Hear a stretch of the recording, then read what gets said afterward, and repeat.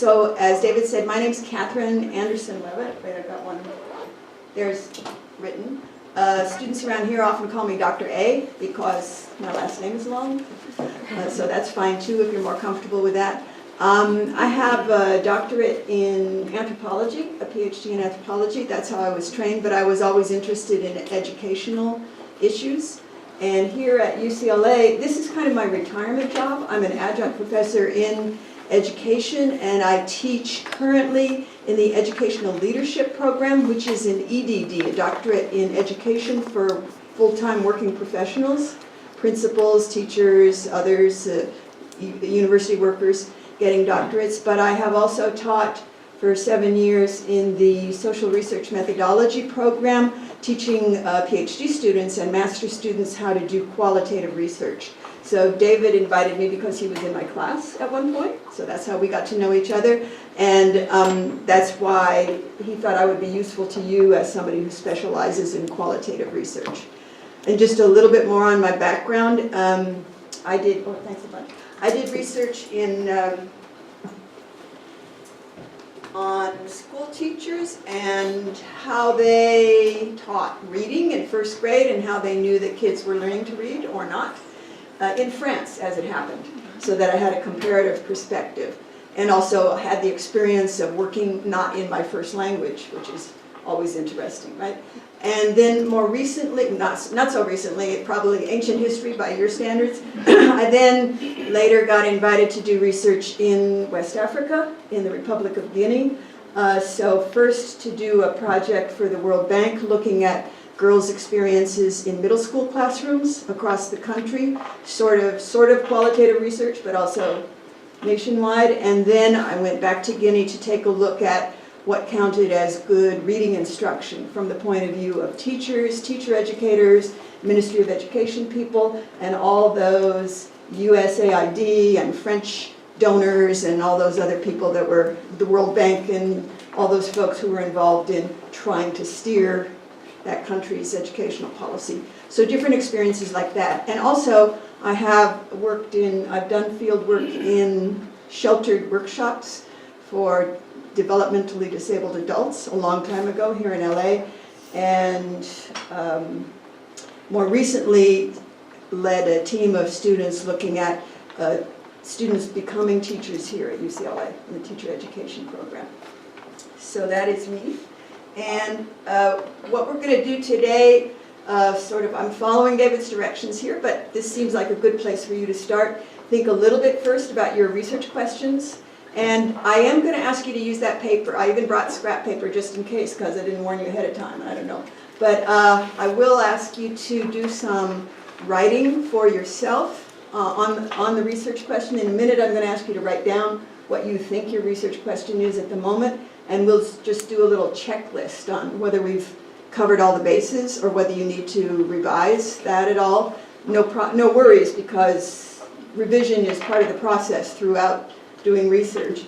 And then we'll talk about interviewing and interview questions, because in this program, the kind of research experience you're going to get is interview-based. So, and we'll think a little bit about matching up research questions to interview questions. And then number 3 is thinking about the structure of an interview, how you patch together the questions. Along the way, I'm going to have you do a little bit of quickie practice, so that'll give you a chance to get to know a couple of other people. Do mini practice, that's mini, M-I-N-I, practice interviews. And then the second workshop that you're supposed to be doing today, which I'm going to also help you with, which will probably be shorter because this first batch is going to take a while, is talking about whom you're going to interview, how you're going to pick those people, how you're going to recruit them, and preparing you a little bit for that. Okay? So, any questions so far?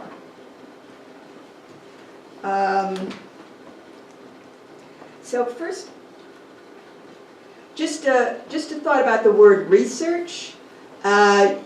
Since I had an opportunity to see your draft research questions, realizing that some people are still revising or thinking of new questions, but I think you're already thinking well, you're in a good place about this. I find that some beginning master's students and beginning doctoral students are not totally clear on what we mean when we start a research methods class and get them launched.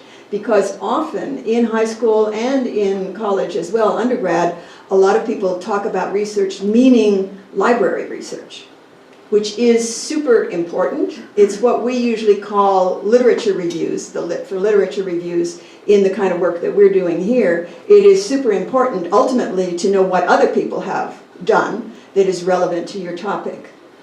But that's not what we're talking about here. Here we are talking about empirical research. You go out and collect your own data, and make your own interpretations of it, okay? So just to clarify that point, which I think you're good on. So, your research question. This is the moment to take a moment, even if you have to open your computer for a minute to look at it, whatever. Would you write down at the top of a sheet your current research question as you're thinking about it now? Because I know you were asked to think about it coming in. And if you're still developing, just best shot. And then we'll talk about this little checklist. So here's what we're going to do. I'm going to explain each of these issues, and then I'm going to ask you to grab somebody close by, preferably somebody you don't know or who doesn't know about your research question already, and just compare notes, just in pairs, to help one another check. Do I need to revise the wording at all on account of this? Do I need to add this? Do I need to do that or the other for these 4 items? Okay? So the first point is, your research question is sometimes referred to in, say, in the textbooks that you're looking at and so on, as your problem. Okay? Or sometimes it's called the statement of the problem or the purpose of the study, your big main research question. When we use the word problem that way, we mean an intellectual problem as opposed to the big social problems, the big issues that you all are interested in solving, because I know that many of you have on your minds, I want to improve the way mental health service is provided in my neighborhood, or I want to improve teaching, or I want to put a stop to the prison to the school to prison pipeline, or so on. We know that a lot of you are coming with these big problems, the real world problems that you want to solve. We call that your goal, right? What you personally want to get out of this, the ultimate significance of the study.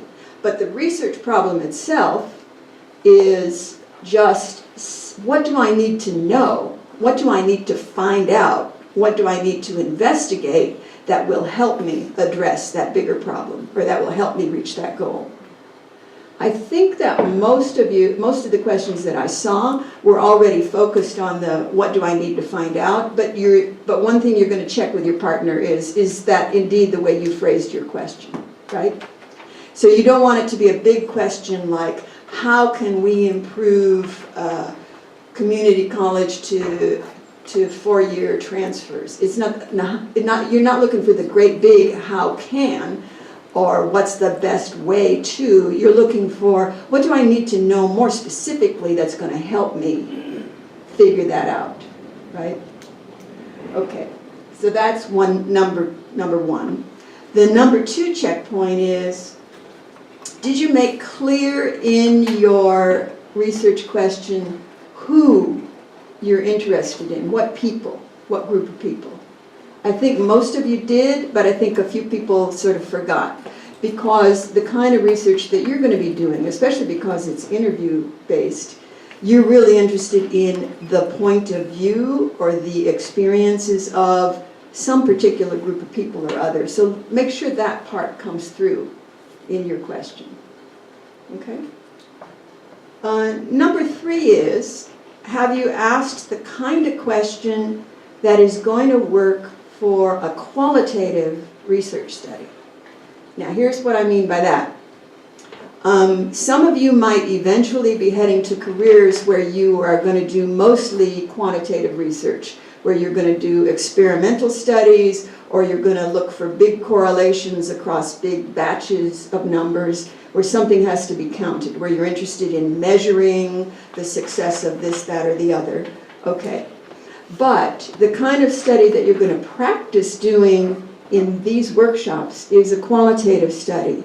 It's getting at other kinds of questions, in a way, the questions that you need to answer first. A quantitative study asks, how much is this happening, or what is, or does this affect that? But before you can address those kind of questions, you really have to know what you mean by the this, right? So if I'm worried about proper mental health care for folks in my neighborhood, and is it provided, and how much is it provided, first I have to know what it looks like. I have to see I either have to go out and observe it, or I have to find out what people mean by it before it can be measured. So we have to think about the qualities of the thing before we go out and do any quantifying. So it always makes sense to get in there and have some sense, some qualitative research experience first. What is the it? Right? So for example, the kind of research that I did in France, lots of people had said, well, this percentage of kids succeed in reading in first grade, right? And I just wanted to step back and ask an earlier question, which was, what does succeeding in reading in first grade actually look like? And it turned out that it looked a little bit different in France than it did in the United States, and not just because of the language difference. So before you count, let's just understand what the it is, what these things are. So qualitative research then tends to ask different kinds of research questions than a quantitative study would. So we're going to avoid questions that end up with yes/no answers. Does this happen? Yes or no. Does this affect that? Yes or no. Those are the kind of questions that you probably are going to need measurement for later. But we're going to try these other kinds of questions. And usually qualitative research is either focused on processes or on meanings. Processes are, well, what actually happened? Or how do people actually do that? Like if I'm worried about the counseling process at community colleges, well, what actually does go on in different offices by different people, right? The process itself, maybe over time, or even historical questions. What happened in the past that led to this situation? That's a qualitative type of question, right? Or asking about meanings, and this is certainly pertinent because you're going to be interviewing people, so you'll be in a good position to do this. What did this experience actually mean to this person? How did they interpret what was going on? How did they experience their counseling situation, right?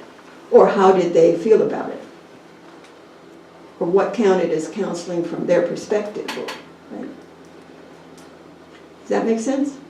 So that's number 3. So you're looking at the actual phrasing of the question may help you get at that. Is it a question that leads to just a yes/no answer? Or is it something that's leading to getting people to tell you about a process, about what happened or what they do? Or is it getting at what something means to them or what they feel about it? Okay? Question, yes? Now, do you want it to be a question that leads to a yes/no answer, or do you want it to be a question that, yeah. Right. What you want to do is not a yes/no. You want to avoid a yes/no question. It either does or doesn't happen, because you're going to be exploring well, before I get to that, let me figure out what the it really is, or what the it means to these folks. Okay? Okay? And then the 4th thing that I'll ask you to check with each other is, because we're asking you to do an interview-based qualitative study, are you thinking about a question where it would make sense to do interviews? let's see if I've got right. As opposed to, here's some alternatives, some alternative, more qualitative methods. Does it make sense to think about actually interviewing people as opposed to doing a broad survey, even an open-ended survey, which has to be analyzed more qualitatively? Does it make sense to do more in-depth interviews for the kind of question that you're thinking about? Does it make sense to interview instead of observing what people are doing? Okay. I think there might have been a few, 2, 3 questions out there that I thought, oh, you're really talking about watching what people do and seeing how the process plays out as opposed to talking to them. So do you need to adjust your questions so it's more focused on learning from talking to people? Does it make sense to interview people to get at your question as opposed to reading a bunch of web pages and making sense of them, or a bunch of pamphlets or documents that people put out? Okay, so that's what I mean when I say think about whether interview is actually a good method for you. As you take methods courses, you're going to often get the message, well, what method you choose depends on what research question you're asking. Now I'm flipping it. I'm saying your research question has got to match what method we know you're going to use. So it might seem like I'm going backwards, but in real life, that's actually what happens. I'm trained to be an ethnographer, so I'm pretty sure I'm going to do participant observation as well as interviews when I do my research. So am I asking questions that match with that? So throughout this process, as you develop your research project, you keep adjusting the actual wording of your research question so that it matches your methods and vice versa, right? And so that it's going to get you to answers that are going to work for your question, okay? So, other questions about that 4-part checklist? Would you find somebody and move if you need to, or find somebody preferably whom you don't know that you can, where you can read one another's questions and then check with each other on these 4? And we'll try 5 minutes and see if that's enough. Any questions emerging from your conversations? Anything we should clear up or think more about? Okay. There's a question. Yes. So on the grade for process and meaning, is that like a combination of both? So like, or do we like just focus on one set? For like, how do people do X? How did this happen? Like, do we combine it with like what does X mean? How do they feel? Good question. You may be doing a study that focuses only on processes or things that happen or how something happens, or you may be doing a study that focuses only on meanings and feelings, or it's possible that you end up looking at both. Or you might, without even realizing at this point, end up looking at both, right? Just get into it. So, but yeah, it's not. It doesn't have to be both, right? A little note there. You see where it says, don't ask, does X happen, and you get a yes or no answer, or does X cause Y? The whole notion of cause is a tricky one, and how do you prove that something caused something in general? Really tough. Usually done in quantitative studies with correlations. But I want to put a little footnote on there. We kind of steer you away from questions that are about why does this happen? But, you know, there's a gray area there, because if you really dig in and you ask, how did this happen? What actually went on in this particular case that led to this? Well, that is a good qualitative question. So when you're thinking about cause, you may be in a position to look at something locally in this particular case, like a historian, and figure out what seemed to cause it here, which is quite different from that psychological type thinking of what always causes this, right? So just to let you know, and I'm going to give you a resource at the end, a book by Joe Maxwell, and he's a qualitative researcher who does a lot of thinking about can we study cause and all that, so if you're interested, that'll be a good starting resource. Okay? So we said, why interview? Didn't raise this question. I forgot to ask you. Why interview as opposed to other things, right? Here's a couple of thoughts on this. Because there are other ways to get information from people. Interviewing is useful when, for example, you're talking about private or sensitive matters that you would never witness yourself, but people may be willing to share if you have built enough trust in your research, in experience, in your interview situation. Or, of course, even I spent a fair amount of time doing actual observation in teachers' classrooms, but even so, I also needed to sit down and talk with the teachers about what happened, because I was not there every day. I had not seen those kids 6 months earlier, so reconstructing what happened when you were not there, interviews is good for that sort of thing. So when I say historical research, sometimes I'm talking about what happened yesterday, right? Not just what happened 20 years ago. Right? Although interviews are also a great way to learn about longer history. If you're doing an oral history interview with an older person, right, trying to reconstruct, well, what happened in our neighborhood 20 years ago, 30 years ago, 40 years ago? What was your youth like? Where did you come from? What were your experiences? Also, of course, interviews really useful for that. And as we have been, and that's kind of on the process side, right? On the meaning side, of course, you can't just observe and know how people are making sense of things. You have to get them to share, get them to talk about it, right? How they're thinking, how they're feeling. And you may be thinking to yourself, well, I can get that with a questionnaire too. I don't have to interview. Okay, but the trick is, what we really want to learn is how people are explaining things, preferably in their own words, them telling their own stories.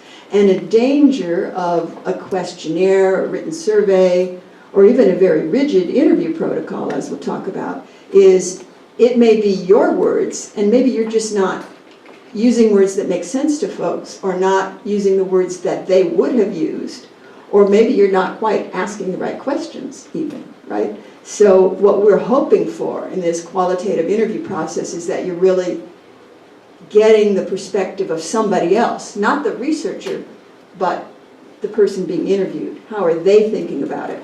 And not leading questions or questions framed in your language that they may answer, but their answers may not really make a lot of sense to them or to you because they're not getting your language or because it's the wrong question, right? Okay. So let's think a little bit more about interview questions. Basically, what interviewing is about is listening, and of course recording, but being able to listen. So the trick is getting people to talk to you on this research question you're interested in.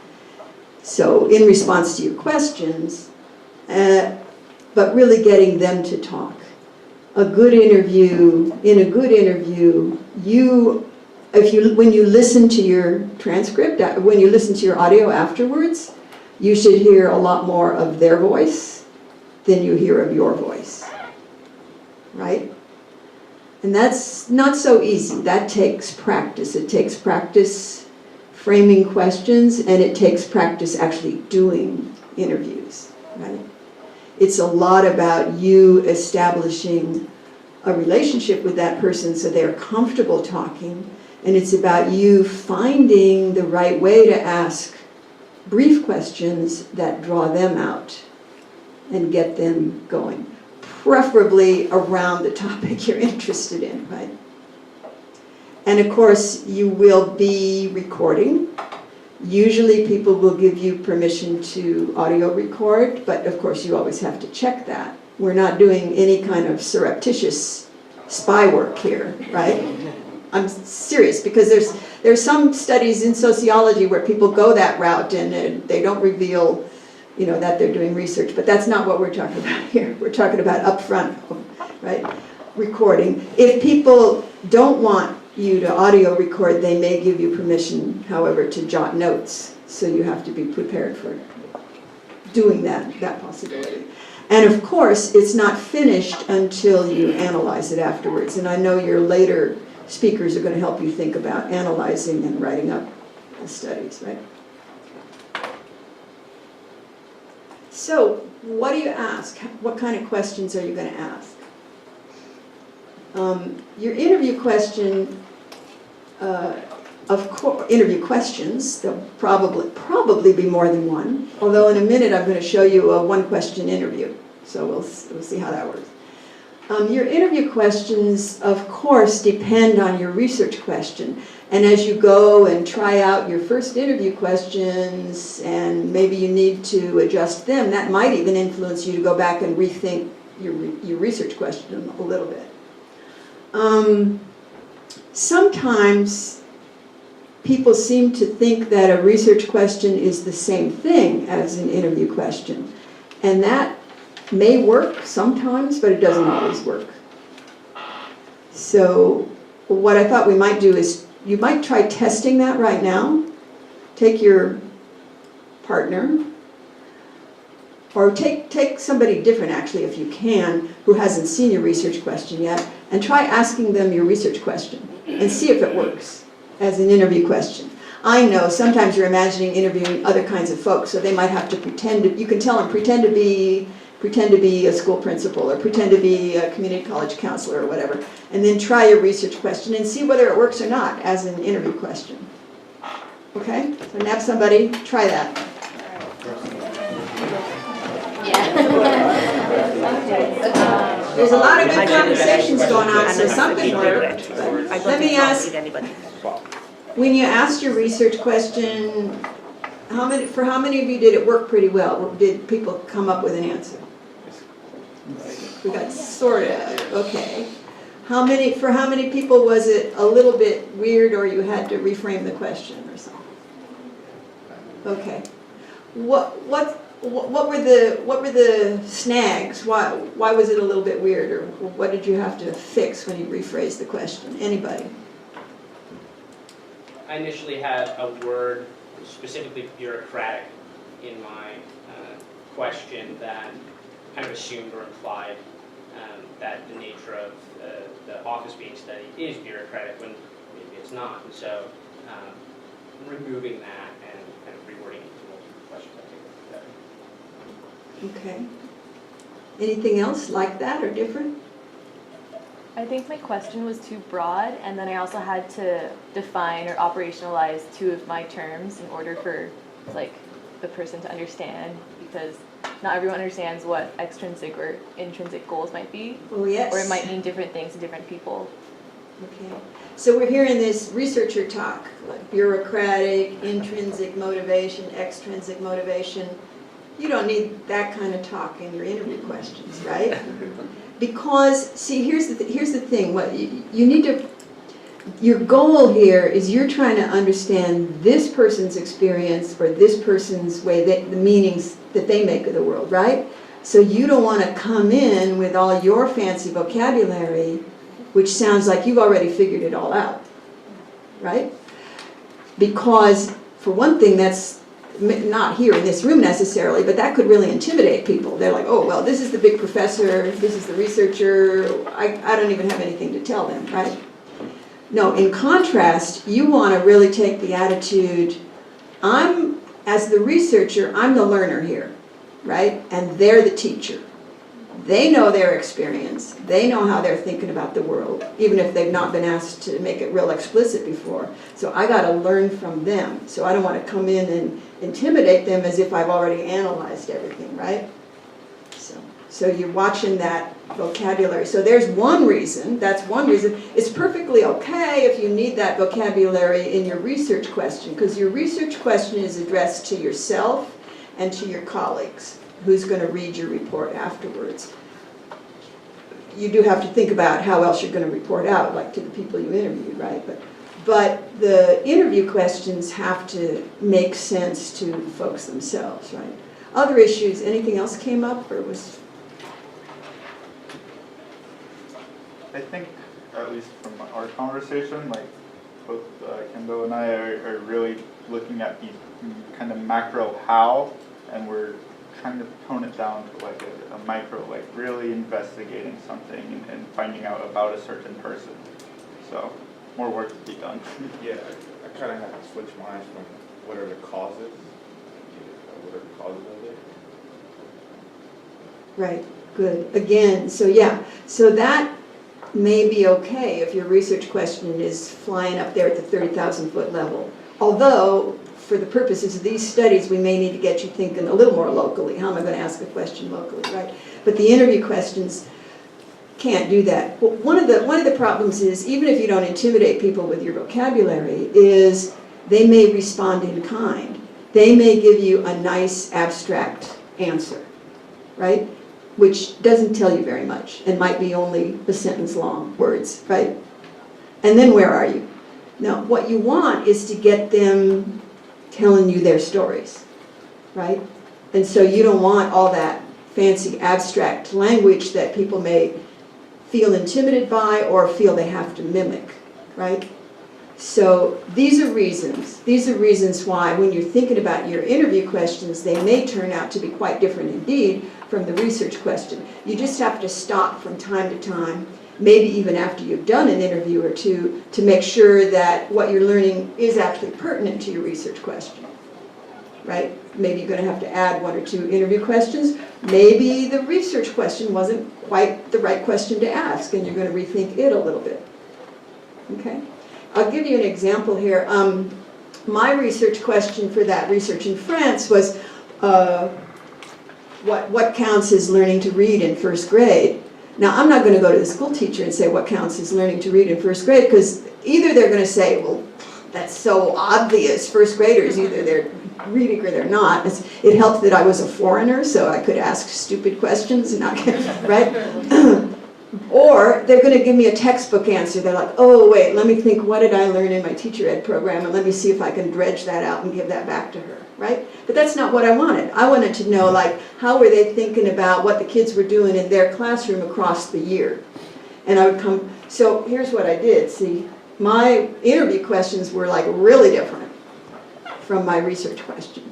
There's the research question, and then I would sit down with a teacher from time to time and say, hey, well, you know, I know the names of all the kids in the classroom. I've been seeing them in class. So can you tell me, like, how John's doing at the moment, and how do you know? And how about her, and how about this other one, and so on. And then I'm capturing the way the teacher, so what I was interested in was kind of like the same language as if they were sitting around talking with a second grade teacher at break, right? Oh, wait till you get Maria in class, because why is your, right? So that kind of, how are they making sense of the kids really in a nitty-gritty way? And then I would go back later and sort of piece that together to say, well, look, in real life, this is what matters in this teacher's classroom and that teacher's classroom and the other, right? So sometimes your interview questions can be quite different. You just have to be thinking about, how am I going to piece that together later when I'm analyzing, so that I can go back and answer my somewhat more abstract question. Right? Questions, thoughts on that? Okay. Let's see what else. Oh, let's think about framing good questions. Now, it's hard for me to give you specific advice. You really are going to have to struggle with that in your own particular situation. But I am going to ask you to, in a little while, to write down, like, at least to practice writing down a couple of questions. Think about this. What'll really help is if, once you get yourself a little script, some ideas for your interview, if you can go try it out on somebody, even if it's just a family member or something, and then go back and revise afterwards. That's going to help you. But again, just as the research question, we hope, is more of a how question or a what do you think about kind of question. The interview question's usually going to be better if they're along those lines. And again, avoiding yes/no questions, because that's going to lead to a really short interview where they say yes, no, no, yes, yes, right? So, and thinking about other ways to get people to talk. Can you tell me about a time when did this ever happen? That kind of thing, right? And of course, avoiding leading questions. You don't want to be putting words into people's mouths. Did it ever happen to you that, well, like the bureaucratic, so just how bureaucratic is it around here, right? Right? You're already sort of making assumptions that may or may not be appropriate, or at least might not be the language that people would use to describe what's going on around here. When it comes to leading, like, they're gonna ask what the research is about, and, you know, I feel like when we tell them that they're gonna wanna give us the answer that the question is asking. Yeah, that's a very important question, because especially as you do research and you go through the ethics boards on campus, the IRB boards, institutional review boards, to make sure that you are not tricking people or otherwise taking advantage of them. There's been more and more emphasis on explaining to people up front what your study is about, which is legitimate. But you're right, that can influence how people are going to talk to you afterwards. Yeah. How do you get people to genuinely answer your questions as opposed to answering what they think that you want to hear, like what they said? Right.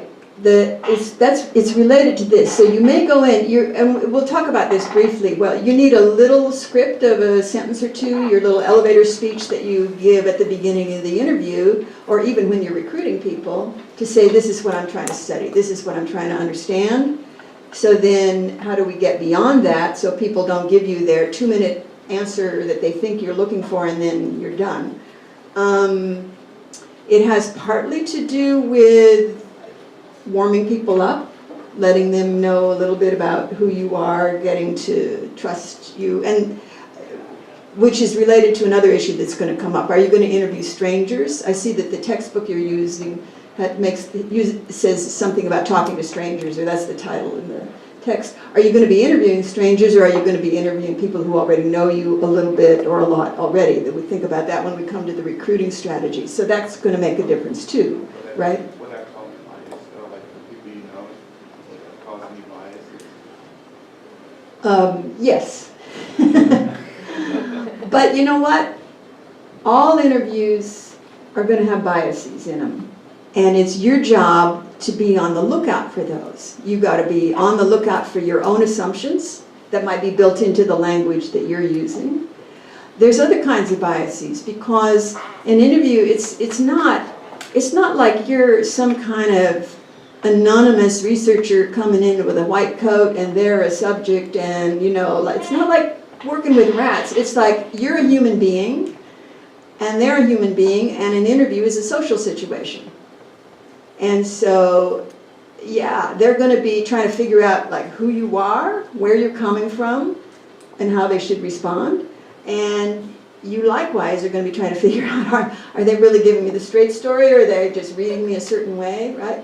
Your gender, your age, the way you're dressed, the ethnicity or race that people take you to represent, the languages they think you might speak, all of that, of course, is going to influence the way they react to you and you to them. So, yeah, it's just loaded with bias because it's like a regular social situation, right? So you're just trying to have your antennas up to watch for that and to try to establish enough of a rapport, maybe in this single-hour encounter, maybe you're never going to meet them again, that people will share with you a little bit. More straightforwardly, right? The other thing is maybe there's never going to be one single, really true, valid answer to the question you ask this person, because I mean, what I mean is if you came back and asked them the same question a year later, or a month later, or in a different situation, you might not get exactly the same story. Or to give an example from my research, when I videotaped a few of the teachers and then watched the videotapes with them, and in the videotape, the teacher is saying to Michelle, "You're not making an effort. Come on, let's make an effort," okay? But in the interview about the tape, she's saying to me, "You know, he's making a lot more of an effort than he used to." And I'm like, what? Well, different audiences, right? Different moments in time, different audiences. There's more than one reality for that teacher. There's the reality of her like being a cheerleader and a pusher, and that's the way they talk to kids in France too, by the way, so they were not worried about self-esteem and all that. But so her job at that moment in the classroom was to, you know, harangue that kid, but her job addressing me as a colleague and researcher was to say something completely different from her perspective as a reflective teacher looking back on it. So same with you and the people you're talking to. There's more than one story they could tell. You're going to get one of them at best at that particular moment. And it's not going to be the sum total of everything they ever thought or might think about that issue, right? Because people are complicated. This is more complicated than studying seedlings or physics quarks or something, because people are just as complicated as you are, and you're just trying to catch that bit of their reality, right? Okay. But let's think a little bit more about questions that might help. And I want to come back to this, how to get their language, how to get them talking in their language. Also, I'm going to make reference to follow-up questions, getting people to talk. Then you also want to, maybe they say something briefly, concisely, or in abstract language, but how can you probe to get richer information? What might you follow up with? Like this, right? Oh, can you tell me about a time when that happened? They mentioned something. Something that they bring up, and then you are seeking the details, right? And David reminded me, I'm going to share the PowerPoint with you too, but so think about these kinds of questions. They're more conversational-like, right? But it's always the goal in your mind is, okay, wow, I'm trying to learn from them. I'm the learner, they're the teacher, but I didn't really completely understand. So it's like asking for an example in class, right? It's like, can you give me an example of that? Or I'm not, just getting them to talk more. I'm not sure I understood. Can you tell me a little more? Or maybe they used a word that you are unfamiliar with. Now this is tricky because a lot of you are going to be interviewing people who speak the same language as you, right? But the thing is, the same word might mean something different in different situations. So just because they use a word, you're not always quite sure what they mean by it. For instance, in my research in Africa, everybody was talking about, well, they were talking about this in France too, student-centered instruction. That's what we believe in. And I'm like, well, that's funny. That's what we say in the United States too. So that could have been end of story. Student-centered. We don't believe that, you know, the classroom should be teacher-centered. It should be student-centered.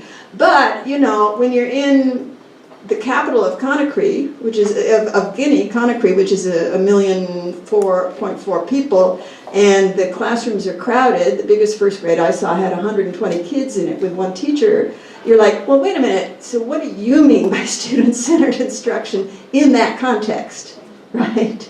It isn't the same thing, and it didn't mean the same thing in France as it meant to the first grade teachers in the US, and so on. So, seems like we're talking the same language, but maybe you need to find out what they really meant by something. And that's where the examples help, right?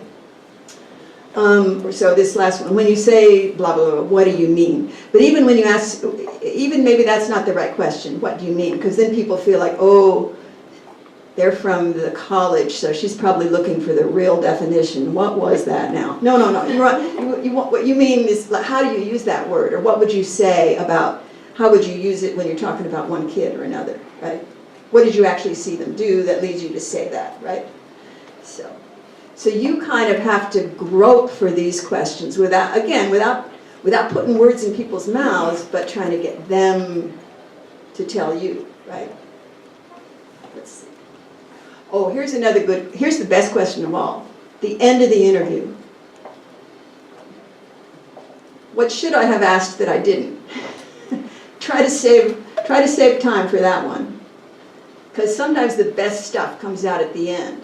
Once people feel, okay, I answered their questions, that's cool, but there's something on their minds that may turn out to be really pertinent to your research question.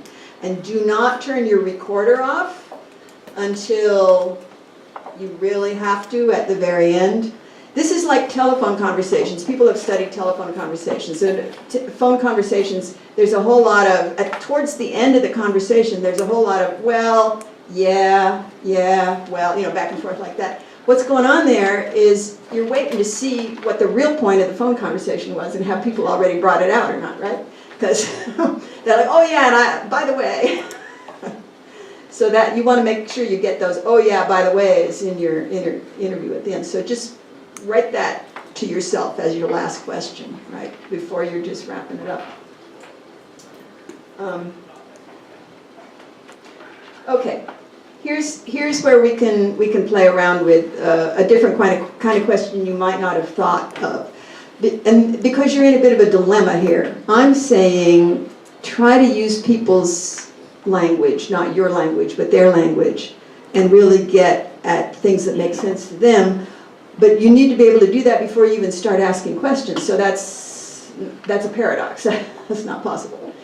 But there are questions you could ask at the beginning. This may or may not work for your interview, and it partly depends on how long you have with the person, but I want you to practice a question, a kind of question that really can help get people talking. So, and once you get them talking, you are listening, preferably jotting down keywords, things that seem like keywords to you that you might need to go back and ask about later or work into your interview questions later and all that. So here is the kind of question I have in mind. It's called a grand tour, and I'm getting this from James Spradley, and I'm going to give you his reference later. He wrote a classic book way back in 1979 called The Ethnographic Interview, and he talks about grand tours as well as other kinds of questions. It can be literally a tour. You can, depending on what kind of research you're doing, it may be appropriate for you to be actually on site with a person in their territory, not yours, and not a neutral place like a Starbucks or something. So think about where you're going to be interviewing, right? If you're on their territory, you can actually literally ask them to take you around and show you all the places. Because then you're getting a sense of their map of their world, right? Because if you actually try this with different people to take you through the same space, they'll show you different places, depending on their experiences of it, right? So you can do this with a building. You can even get somebody to give you a tour around a room. Try this with a kid's bedroom, if they have, or kids' bedrooms. Just have them show you the spaces even there, or the stuff they have on the walls, or whatever. And your question is just one question, basically. Find whatever way to phrase it. What are all the places here? And are there any other places? And the rest is just, oh yeah, and anything else? And anything else? And you can be literally walking. And you're jotting the terms because they may be useful to you immediately afterwards or later when you're framing questions. But it doesn't have to be a literal tour of a place. You can also metaphorically ask people to take you on a tour, like of time. Can you talk me through your day, or your week, or your semester, or your year, like from the beginning to the end? And that's your only question. Your only other question is, wow, and okay, what, and then what next? And then what next? And on the way, you may be in a place where you need to stop and get them to clarify a few things on the spot, because that's where you're getting their language, their thinking, and it may not be so obvious to you what they're talking about all the time. So this is what you're going to practice, and I'm going to ask you to find a new partner. One of you will be the interviewer and one will be the interviewee, because this might take a little bit more time. And let's assume that our research question is something like, what is life like for a community college student in LA? That's the research question, but that's not what you're going to ask. Try asking a grand tour of time. Get people to take you through their day. Or if that doesn't seem like the right question, try taking it through a semester or a week or whatever. Okay? Sounds good. Find a new partner. So I'm going to interrupt you again. How many people finished? Did you get through a whole day? Yeah. A few of you did. Okay, so that didn't take too long. Okay. Some people still had some ways to go? Okay. Okay. So we're done with that piece of interviewing for now, so you can get comfortable again.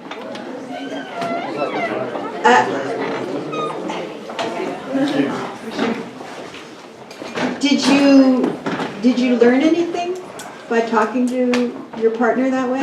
Those of you who were doing the interviewers. Did you? Yeah? Can you share, or is it too private?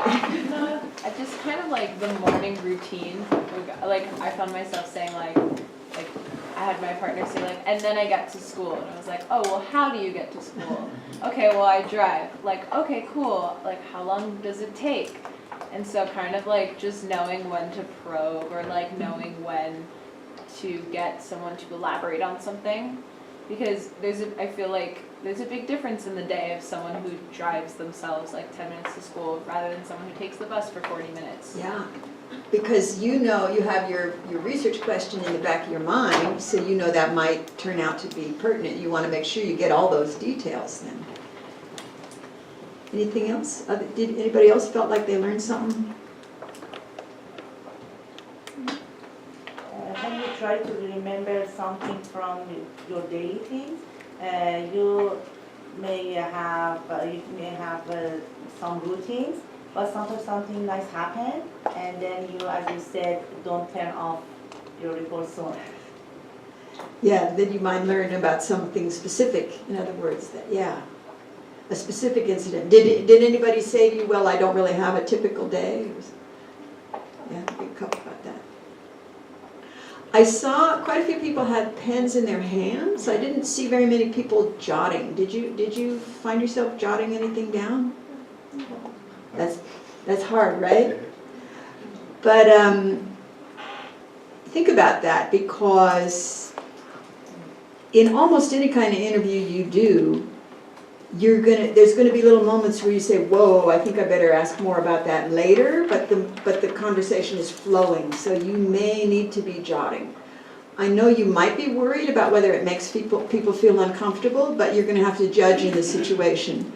Usually it's better to jot rather than not jot, because your memory is not gonna hang on to all that stuff, right? And when you say, I need to go back to something later, so sure, some people might feel a little bit weird if you're there with a piece of paper, but on the other hand, some people react to that in ways that you might be surprised. They're like, oh, this person is like really taking me seriously. They wrote down what I said. You know, I've been in situations where people actually said, no, now write this down. This is the way I want you to write it.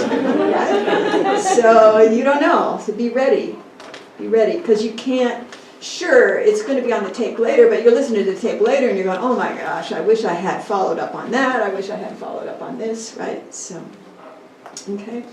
So that's a technique. Now, it might not be a grand tour question. Maybe that doesn't make sense in your situation, especially if you have only an hour to be with one person. But think about what kind of questions can I start with that are like good warm-ups where I get to listen to them telling me about their experiences. Preferably something more descriptive like this. You don't want to get into the real touchy, sensitive stuff right off the bat, right? Because this person might not know you at all, right? So one of the texts that I share with you in the sources is by Irving Seidman, and his advice for interviewing. Not everybody can follow this, but his advice is he likes to have 3 interviews. In the first one, he gets the person to tell him their life story, which actually could take hours and hours, but they try to get life. Here's basically who I am, how I grew up, where I come from, etc. Then in interview number 2, he gets them to talk about the particular experience that we are interested in here, whether it's the experience of being ill and in the hospital, or the experience of being a community college student, or whatever. And then in interview number 3, he goes back and asks them how they felt about those things. And it's almost impossible for people to organize a set of 3 interviews, but the idea is interesting. He starts with the big picture to get to know them, to frame what he's going to hear when he focuses on what particularly interests him in his research question, and he asks for the descriptive stuff before he gets down to the feelings and meanings and trickier, touchier stuff. So my colleague Teresa McCarty says she likes that format for the interview, and she rarely has time to schedule more than one with a person, but she can kind of condense it down to an hour or 2 hours. And she's often interviewing people who, especially Native American folks, on whether or not they've learned their indigenous language and under what circumstances, and then how they feel about it and all that kind of stuff. Okay. Here's a couple of other ways to get people talking, just some other gimmicks or tricks. Artifact, an object. Do you have an object? And this is, again, where it's really cool to be talking to people on their turf rather than on your turf, right? Like to talk to a teacher in the teacher's classroom, or to talk to a student or community member in their neighborhood, or at their coffee shop, not your coffee shop, or whatever, right? But the more you're on, or even in somebody's home, potentially in their living room, because then people can, or you can notice and ask about that picture on the wall, or that family portrait on the wall, right? Or the kids' work that's posted on the bulletin board, or this building in the neighborhood. Getting people to talk about things, even if you're walking around with them, again, a little bit like a grand tour, but can you tell me more about this? Draws people out. You're getting their language and how they feel about things as well, right? Here's a totally different kind of approach, which is more sterile, as it were. But sometimes, if you already know the person or the situation, if you've been around in the setting for a while at least, you might have some names of people or things or activities and set them down on, like on index cards or Post-its on a table, and ask folks to group them, and then tell them why they grouped them that way.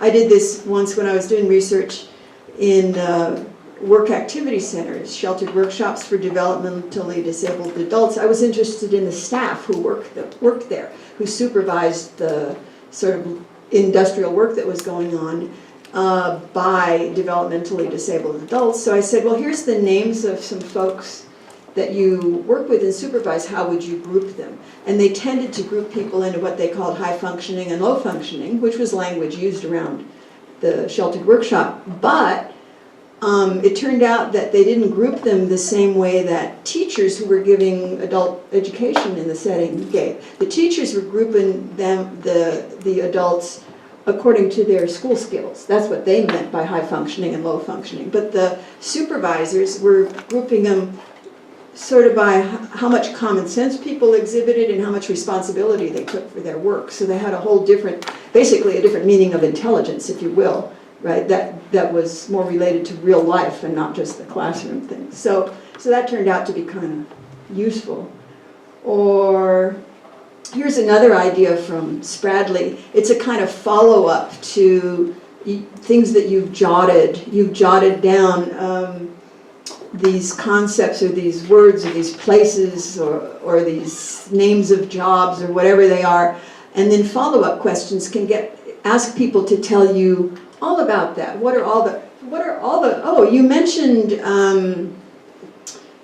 line supervisors at the workshop. What are all the kinds of supervisors here, or what are all the kinds of staff in this setting? And you're getting people to tell you in their own terms, which may or may not be like the official language, right? Or what are all the different ways to to get a kid to decode, to learn to decode in class? Or what are all the steps in? What are all the steps in teaching reading over the course of the year? What do you actually do with the kids? You know, like what do you do in September, and then later on what happens, and then what are you doing by the end of the year? Or what are all the reasons to blah, blah, blah.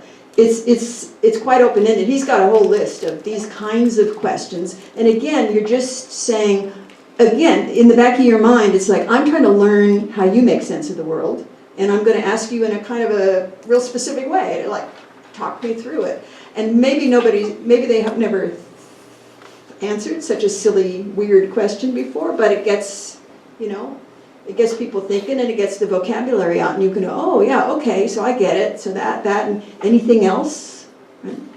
You'd be surprised how detailed these kind of things can be. Okay. Questions, thoughts, issues?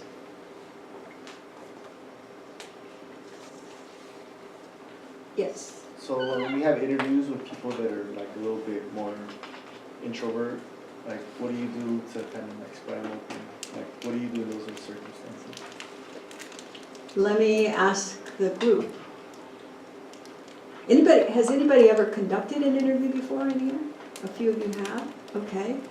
So your experiences first. You get people who are kind of quiet, and what do you do? Sometimes, like, you know how you mentioned, when you can get their story, sometimes it's easy to begin, like, with your own story. Like, oh, this is, kind of my experience, but, like, not trying to give away too much information to create, like, a bias. Like, just kind of talk about yourself, where you're from, and stuff like that. Other thoughts? Yeah, self-disclose and hope for reciprocity. Which is your Basically fancy label for what? What you just said, yeah. Right. I think setting is really important. Somebody's kind of shy and introverted. I think the first thought for me would be, well, let's try and maybe remove them from overly social or stimulating settings where maybe it's quieter and they feel comfortable expressing themselves.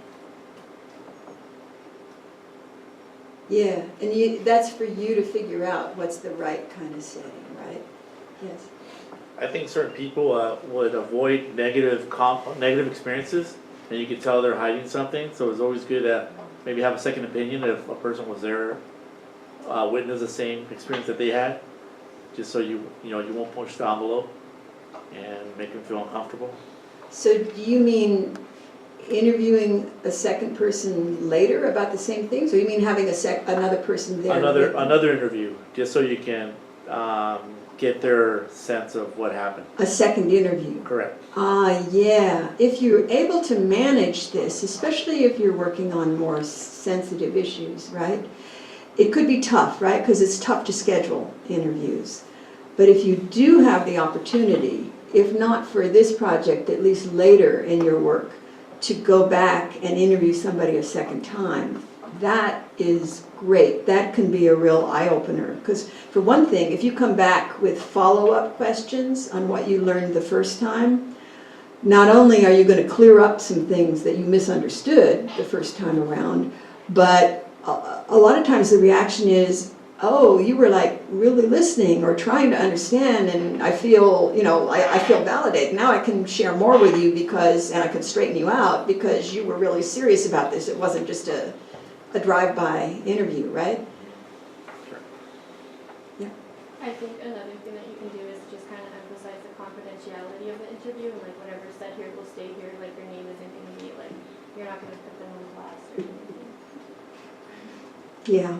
And that one's a little bit tricky because you're not going to share their name and you're going to try not to give away identifying details. But on the other hand, you do intend to write down what they said, right, to the extent that, right, so that does get tricky. And you'll be giving in the introductory script, you will be telling people, look, you don't feel like you have to answer any particular question I'm asking, right? So there may be some question where they just want to take a pass. And you're also telling them, and you have the right not to participate, even if you go back and decide later that you don't want to participate after all, I will destroy the audio and that's cool, right? So, and that may help, letting people know that they're supposed to have that kind of control over it. And, yes. I think also being cognizant of your body language. I had an interview, someone interviewed me, two different women interviewed me on the same day about the same thing, and I gave them two different responses because one of them was super stoic, body language very close, and she was asking somewhat personal questions. So I reciprocated that. I was very robotic, very okay. It was intimidating because I'm like, I don't know you. And the other woman, she just came in very friendly. She was not too, like her body language was a lot more open, the word that she was using, even her tone. And I told her my whole life story. And so she was just literally the same thing. And then me, I realized, wow, I wonder how I come off. So I know that I try my best to be aware of how I'm perceived as to the other person. Yeah. Yes. For me, my experience is usually formulating a direct question where it can be answered in an objective manner. So therefore, there's no bias attached to it, meaning, I can ask you something directly and I don't know what your answer is going to be, but it's articulated in a manner where it's either this or that. And that kind of, for me personally, that has worked well for those that aren't talkative or are categorized as introverts. And then maybe kind of related to what we're talking about, like the grand tour questions, where you could just stay at the real descriptive level and not get into stuff that shy people might not want to talk about. Yeah. Yes. Academically speaking, could we buy someone lunch if it's a sensitive subject or something like that? Maybe that kind of you share an experience over food or something and opens them up.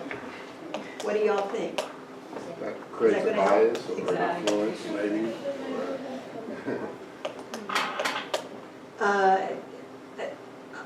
I think that's probably fine. I know again you're going to run into time crunches with your own schedules and then other folks' schedules in terms of how much time is available. But yeah, the act of sharing a meal or sitting down and having a cup of coffee together or something, or of just you sharing a little bit about your own story as well. Anything that helps build rapport is probably good. Now, I know that some textbooks, maybe even the Seidman textbook, sometimes they tell you be careful not to respond too much to what the person is saying, because if you're nodding and nodding and nodding, then that encourages people to continue talking in that particular way, right? Behavior is psychology, and are you, again, slanting what they're telling you? Okay, there's a fine line, but I think most of us, I think I would agree with you that I'd rather have somebody nodding and saying, uh-huh, and can you tell me more, and so on, rather than being stoic and pretending that they're just like a questionnaire and not really a person in conversation with you. Yeah. Okay. All right, what we'll do is just begin to think about structuring your interview, which is, what questions first, all that sort of thing. And then about noon, we'll take a break and then go back to those issues. Okay? So, you are being asked for this program to carry out a semi-structured interview, so you need to think a little bit about what that means and what that might look like. There's a continuum between a really structured interview and a totally unstructured interview. Even those words I see mean somewhat different things in somewhat different books. By the way, when you get into reading these texts on methods, research methods, nobody uses exactly the same language from author to author, and nobody agrees exactly on what these all mean. So you kind of have to make your way and say, okay, in this text, this is what unstructured means, in that text, something else. So here's how I'm using the words. In a structured interview, a really structured interview, it's almost as if you have a fixed written questionnaire, or a set of questions, and you're going to ask the same questions to people in the same way, in the same order also, right? Because order could matter, right? what you ask first and then what comes up later, if you had flipped the order, might influence the way people respond. So order does matter. So some people feel I should be really structured and I'm giving the same task, as it were, to everybody so that I can more easily compare the interviews of different people. But there's a tension here because let's compare that with what we were just saying about getting people to talk and getting them to feel comfortable to say more. That may not be, that structured way may not be the best way to really engage and get them to tell you their own stories. The opposite end of the continuum is to carry on something that is almost like a conversation and very open-ended, right? Unstructured. And that's, unstructured is the kind of interviewing that often happens when ethnographers like myself are doing participant observation, and I'm living in a teacher's home and I'm spending all day with other teachers in their classrooms, and at breaks we're standing around, right? So I just end up, I know what my research questions are, but I just end up having a lot of conversations with folks, completely free-flowing conversations, maybe that they even started, but I'm learning, I'm thinking, I should go write that down afterwards because that's important. Or I might need to say to somebody, whoa, what you just told me is really important. I'm gonna, if you don't mind, I'm gonna make a note about that because I wanna understand that more, right? So it can, an interview can be that loose and free-flowing. So that works better if you have more time and the opportunity to have more conversations with people. So in the kind of work, that kind of ethnography, you might be spending months or even years with people. So you're able to build up those understandings over time. Like most researchers, you are under a little bit more time pressure, which is why a totally open-ended thing might not work as well for you. So that's why you're being advised to go for a semi-structured, which means something in between. And then it's a little, different authors are going to give you different definitions of exactly what that means, but it's something in between totally fixed on the one hand and totally open-ended on the other. So I'm thinking, this is just my definition here, but I'm thinking what that probably is going to mean for you is you are writing down for yourself ahead of time several key questions. And then you're thinking about how you're going to probe as people answer those questions to get more if they're not giving you a long answer right at the beginning. But you're probably going to be flexible. Let it be a little bit like a conversation in that you're not going to be rigidly going through the same order with everybody. But you're attentive enough so that you're kind of getting different people to talk sort of about the same issues so that you can compare your interviews afterwards, right?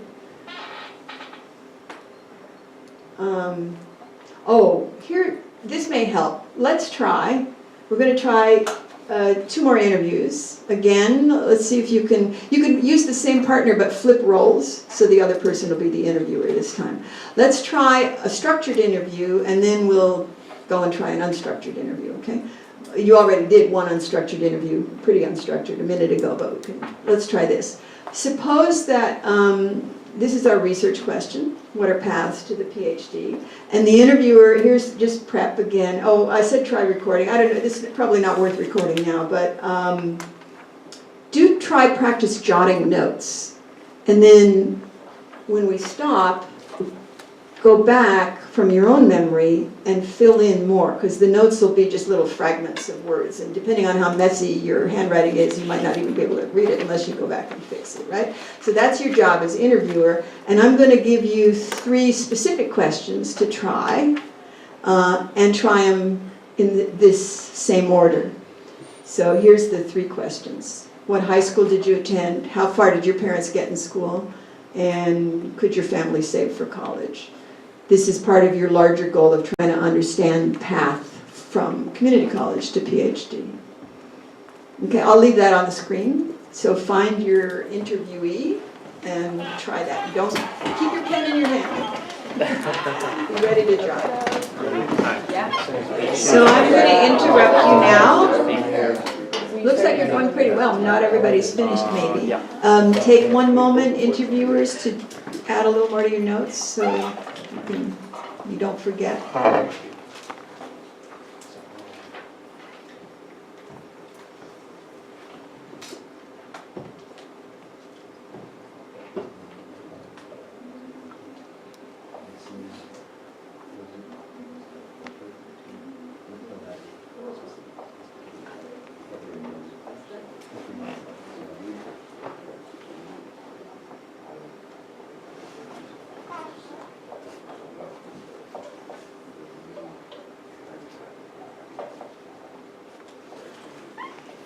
And then a question to the interviewers. Do you feel you learned something that you didn't know before?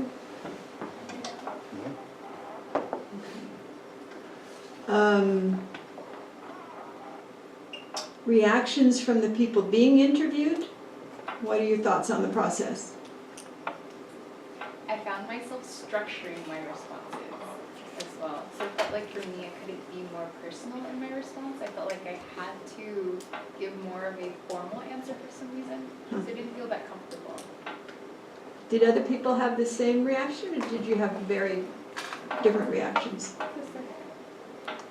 For me, it was like different. I felt like I was talking too much, and I was kind of getting carried away from what the intended question was supposed to be.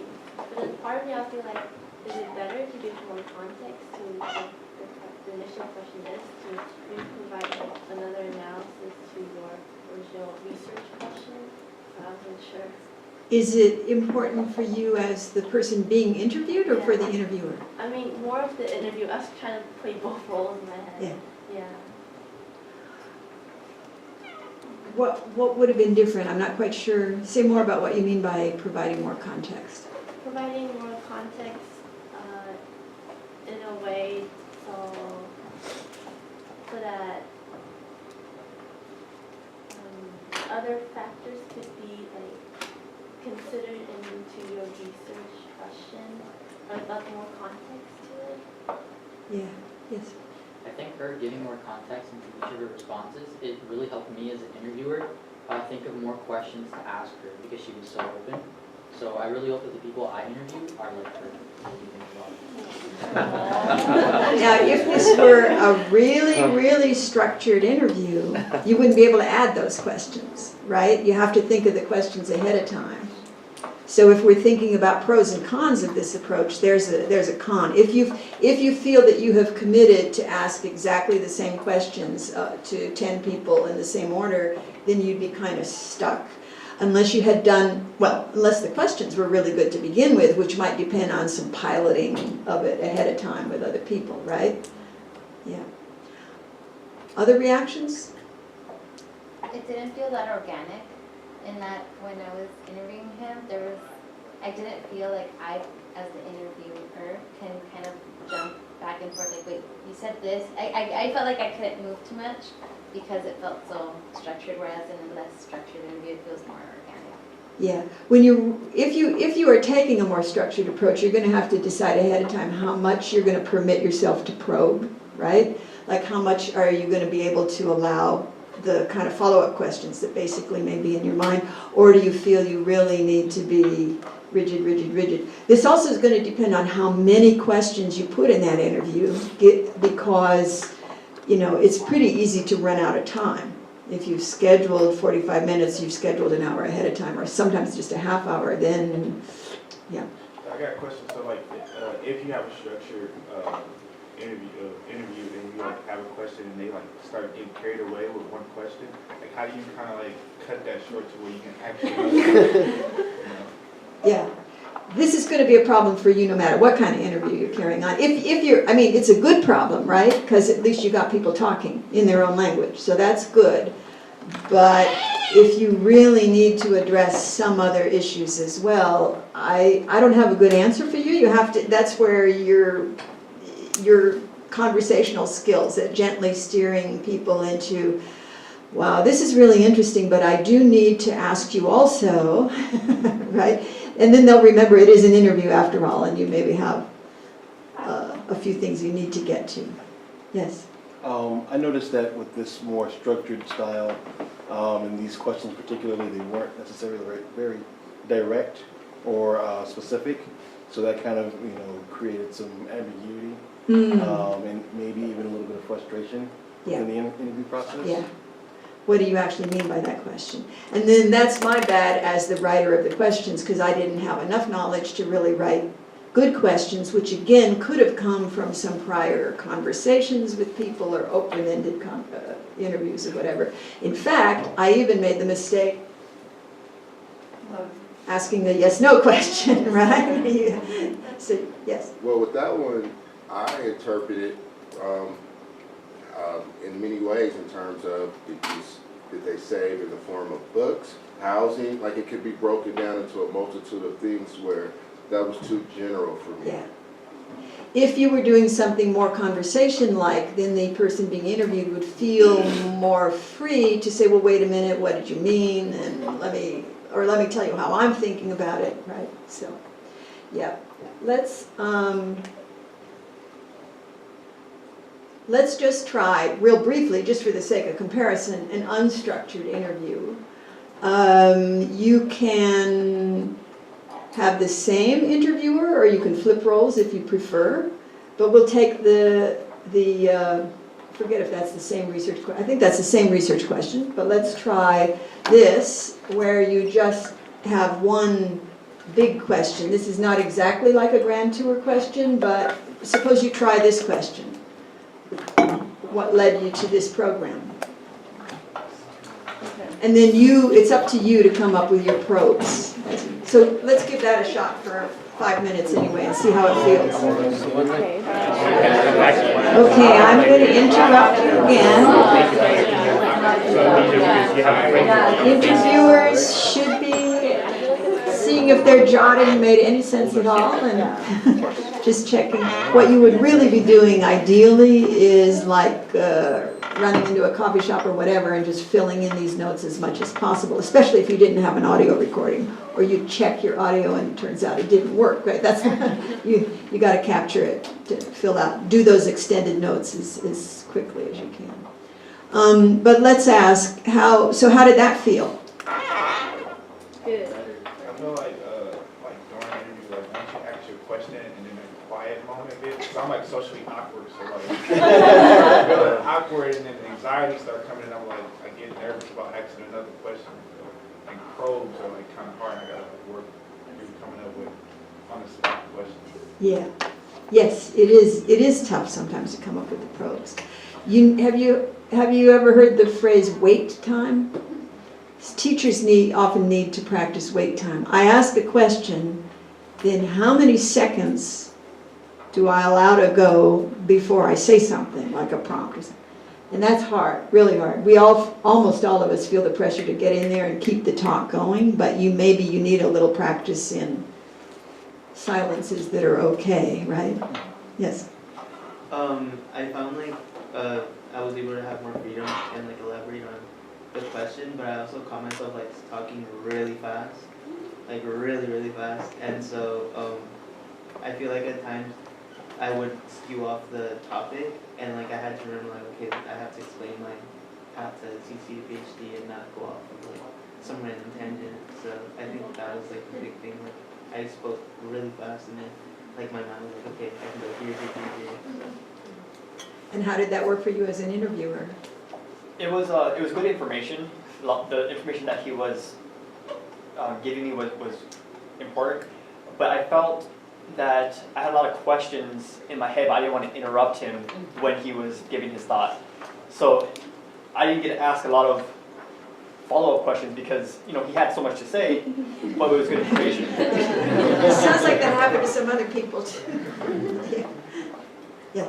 I think the question was a lot better too because I feel like one, all of us are able to relate to it, so we know how to keep the conversation going on it, and so we were even able to how I think who had said it earlier. They said if they're an introvert, talk more about yourself, right? Before. So in this one, right, when we're explaining to them, we're like, oh, well, did you experience that, right? So we're able to kind of lead it into a question because we experienced it at a certain point. And there were other comments, thoughts? Yes. Initially, for this one, it was more freeing, but in a way that to ask questions, I could like sort of like paraphrase what they're saying. So when they were saying like, yeah, I went to the school, so which like the school you're talking about, and like I can just leave it off at that, and they can like pick up on that and elaborate more. Yeah, that's a good model for prose, is just giving back a few words, seeing if you heard it right, and that may encourage people to keep going.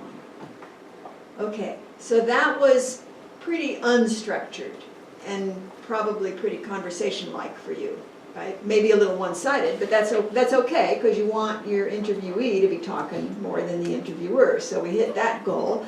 But you have identified some challenges. If people are so-called going off on tangents, you, the interviewer, have to decide when it's helping you or it might be helping you and when it's not. It is interesting, right, to follow people's trains of thought. This leads them to think about these other issues maybe you weren't even thinking about before, but you're going to have to pay attention to in your research.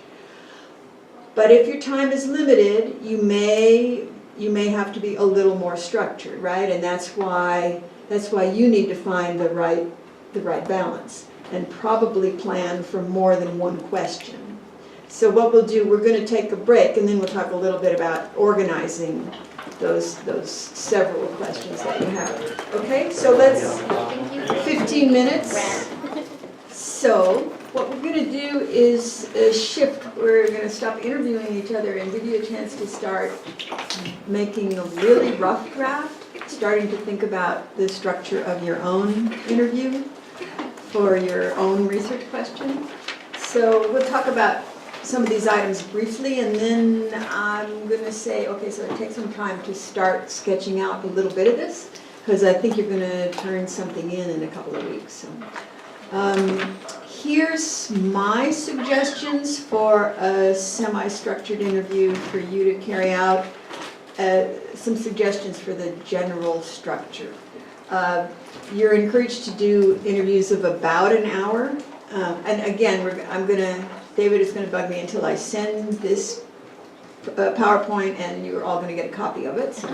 But meanwhile, you're going to be taking some blank paper and actually starting to do some of this yourself in just a couple of minutes. How many questions are actually going to work in an hour? I always tend towards fewer rather than too many. We're often taking the PhD proposals and saying, whoa, you're never going to have time to ask all those questions in that. Or if you try to cram too many questions in, you're not going to give people the time to give you the in-depth and let them do the talking. So I put 20 here, but I'm a little nervous about whether that might even be too many. But you're going to think about you're going to reflect on what you need to find out, and very likely you're going to come up with loads and loads of questions, and then you're going to have to winnow them down. The first thing that you want to do is warm up. Allow a little bit of time for you're setting up you're getting ready to ask permission to audio record and all that, and you're just helping the person get to know you if they don't know you already. By the way, we're going to think about this for a few minutes, then we're going to switch to that other issue of selecting people you want to interview and recruiting them, right? So we'll get to that pretty soon. In this intro, you need to remind them. They might already know because you've explained yourself in setting up the interview, but you want to remind them in the briefest possible terms that you're interested in studying blah, blah, blah, and you're really looking forward to learning more from them about it. You're trying to convey, again, that notion that you're going to learn from them and not be the big shot who already knows everything. And also in that introduction, whatever chit-chat you're doing to warm things up, you also want to explain again that they shouldn't feel pressured to answer any particular question. If they want to skip something, that's cool. They have the right to change their minds and not participate. And do they mind if you audio record, right? So all of that would be in your first thing. So the main thing that you need, most of that is kind of like standard, and you just want to say it in friendly language, but you do need to think through, how can I explain what I'm interested in, my study, in a really short sentence, in straightforward language. then I would suggest that you think about starting with the questions that are more descriptive, that grand tour cup, getting people to tell you what they do, tell you nitty gritty, the grand tour type questions, tell you stories before you get into anything more sensitive or before you start asking too much about feelings. You need to let yourself listen to them for a while before you start hitting with anything touchier, right? So that's why I say think about those descriptive questions before you get into the feelings about, the questions about feelings, or even, well, yeah, that's pretty much it. At the end, towards the end, I would save any questions that you might need to ask about demographics. You might decide that it's important for your research question to pay attention to people's self-identified gender, ethnicity, race, social class, or whatever. It's usually a good idea to save those to the last, because that too can be tricky or sensitive, and you have to make some decisions about, am I going to let people just use their own language, or am I going to put them into my buckets, right? And then be sure to plan for your ending the interview, especially if all the good stuff is coming out and you really are running out of time, okay? But do try to get in that last question, is there anything else I should have asked? Or anything else you want to tell me before we have to leave?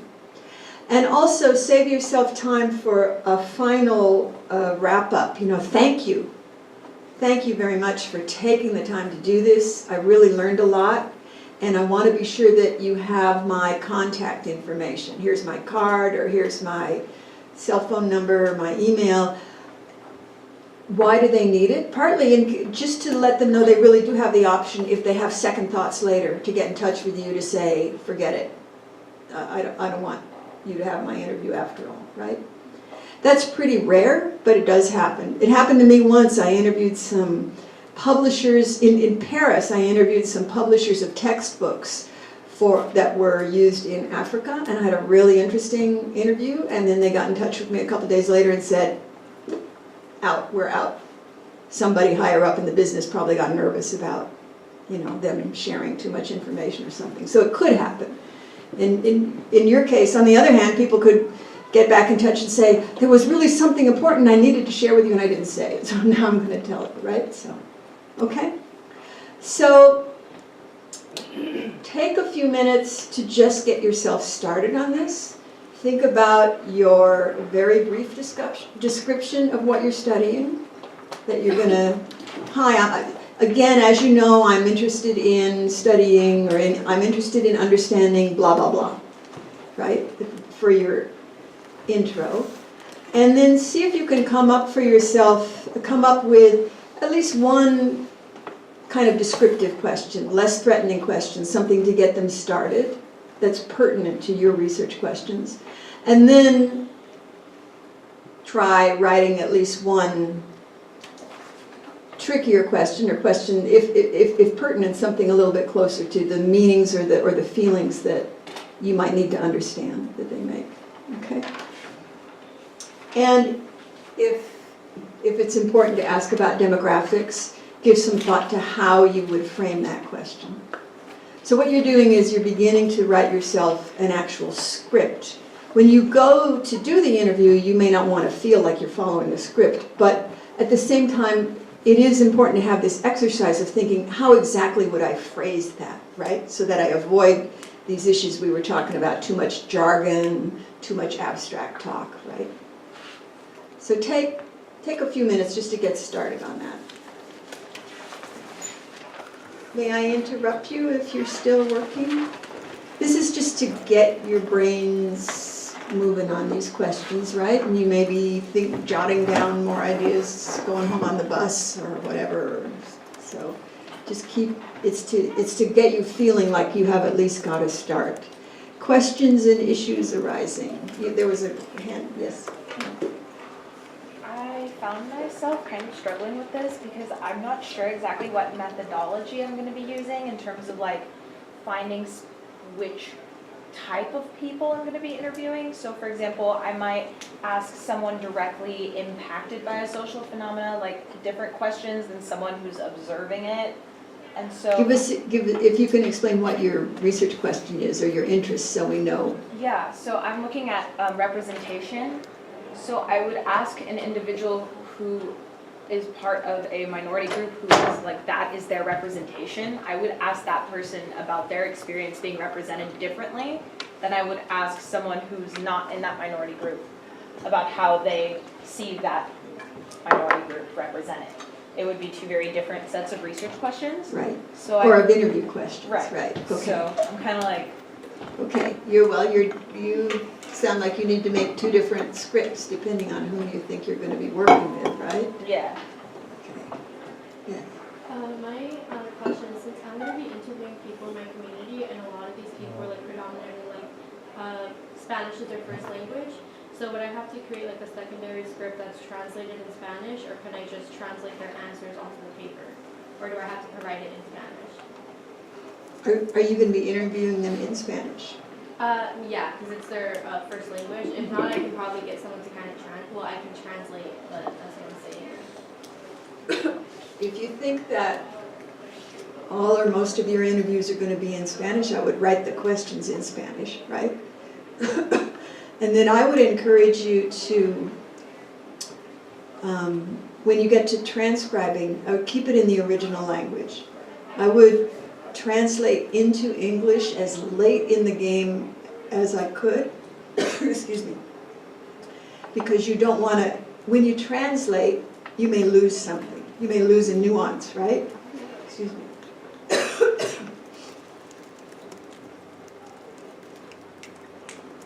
So that even when you are analyzing your study, if you can keep it in the original language, you'll probably be truer to what they were really saying.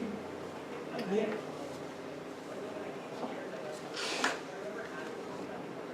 Other questions coming up on this? Yes. So I have a little question on like how I should flow with the questions, because I do ask questions that pertain to politics that I feel like people might be uncomfortable or undesirable to answer, in the sense that my intention is to ask older Filipino people about their views on climate change, and I know that it's very political, very fast. So I just want to know, how could I like de-escalate the situation, or how would I like prevent them with answering with too much bias with the question? Yeah. So your challenge is maybe to begin with getting folks to answer at all, or to answer honestly? I think answer at all, because at first my questions, they kind of go simple, like where do you work, like basic grad and grantor questions, but then it gets like more deeper personal, which I feel like that might be having a hard time trying to answer those, if especially we don't align with each other on trying to answer the questions. Right. So there's no easy answer to that, but again, those of you who are working with controversial issues where you might not agree with what the person is telling you, again, you're trying to get yourself into the mindset of, they're the teacher, I'm the learner. I need to understand what they're thinking and start, excuse me, starting from the assumption that people have good reasons for why they think what they think, even if you disagree with them. People do have their reasons, right? So starting from that premise and getting yourself psyched into that, I'm going to learn a lot more if I really can grasp what their logic is, set aside my disagreements with it temporarily. That can come back in at the end of my paper when I'm doing my discussion at the end. But right now, my goal is to understand. And if you get yourself into that frame, even when you're explaining to them in your short sentence what the study is about, right? That may help. It's also going to have to do, as people were saying earlier, with the kind of body language you give when you're listening, right? Tricky stuff, right? So I don't have an easy answer for you, but it's partly your own frame of mind that's going to matter in this, right? Other questions coming up? This is overlapping with what we wanted to talk about next. Oh, these are sources. This is going to be on the PowerPoint also, but I mentioned the Spradley book. And I mentioned Seidman, the one who likes life histories first. So those are a couple of sources. And here's something to listen to. Mike Rose is one of our faculty members at UCLA who is really good at qualitative research and interviewing, and this is him talking about qualitative interviews.